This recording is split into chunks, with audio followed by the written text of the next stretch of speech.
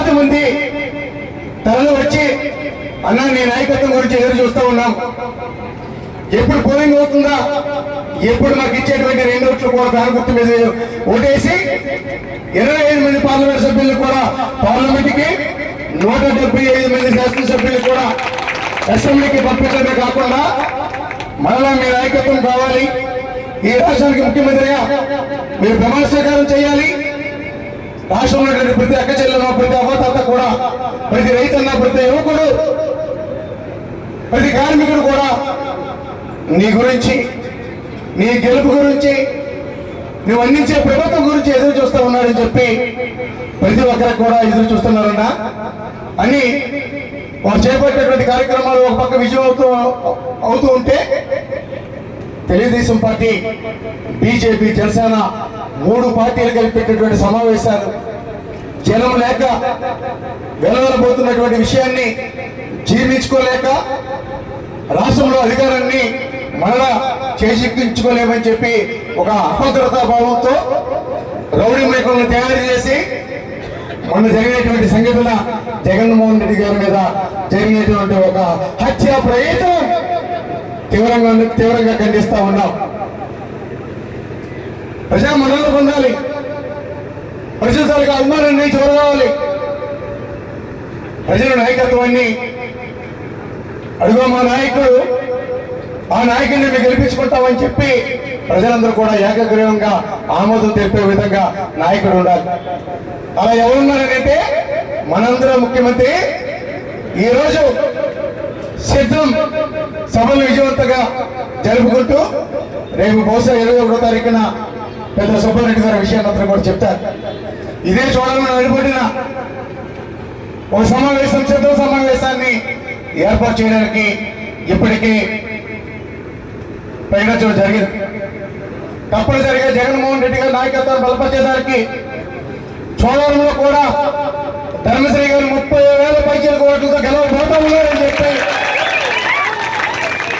అదే మెజార్టీని పార్లమెంట్ సభ్యుడికి కూడా మా చోడవరం ఓటర్లు ఇవ్వబోతా ఉన్నామని చెప్పి ఇతర నాయకులను కూడా బలపరచడానికి ప్రతి గ్రామం నుంచి కూడా సైకిల్లో మేము పనిచేస్తాము, జగనన్న నాయకత్వాన్ని బలపరుస్తాము, విజయపదం వైపు అడుగులు వేస్తామని చెప్పి ఆ రోజు మన గ్రామాల్లో ఉన్నటువంటి వైఎస్ఆర్ పార్టీ కుటుంబ సభ్యులు, అభిమానులు 5 ఏళ్లుగా జగనన్న అందించినటువంటి సంక్షేమ పథకాలు తీసుకున్నటువంటి అక్క చెల్లెమ్మల్ని కర్ర పట్టుకుని నడవలేనటువంటి ముసలివాళ్ళని సైతం పక్కన పెట్టి మన పార్టీ వైపు, మన నాయకత్వం వైపు, మన జగనన్న వైపు అభిమానంతో ఉన్నటువంటి ప్రతి ఒక్కరిని కూడా కదిలించి చోడవరం తీసుకురావాలని, అదేవిధంగా మామూలు నియోజకవర్గం నుంచి కూడా అక్కడి నుంచి కూడా మేము కూడా కదలొచ్చి చోడవరం జగన్మోహన్ రెడ్డి గారి తాలూకా సిద్ధం సభని జయప్రదం చేయడానికి మనందరం కూడా సిద్ధంగా ఉండాలని చెప్పి తెలియజేసుకుంటూ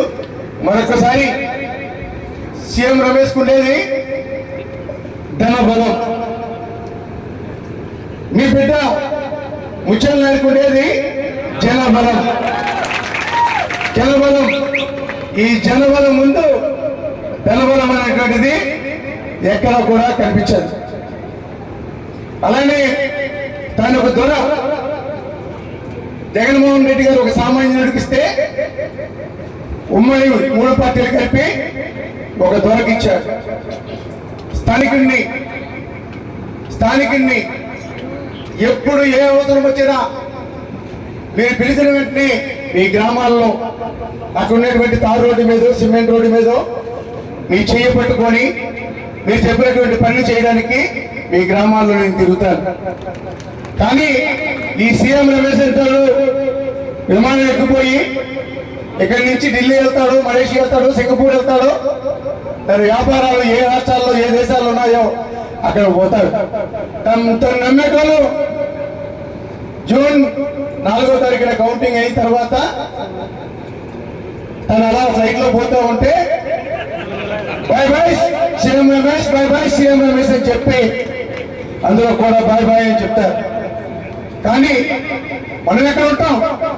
మీ గుండెల్లో ఉంటాం. మీరు ఫోన్ చేస్తే ఫోన్ చేయడానికి సిద్ధంగా ఉంటారు. మీరు నా ఇంటికి వస్తే ఉదయాన్న 5 గంటలకి నా అన్న వస్తున్నారు, నన్ను నమ్మి ఓటేశాడు, నన్ను నమ్మి పార్లమెంట్ మెంబర్గా చేశాడు.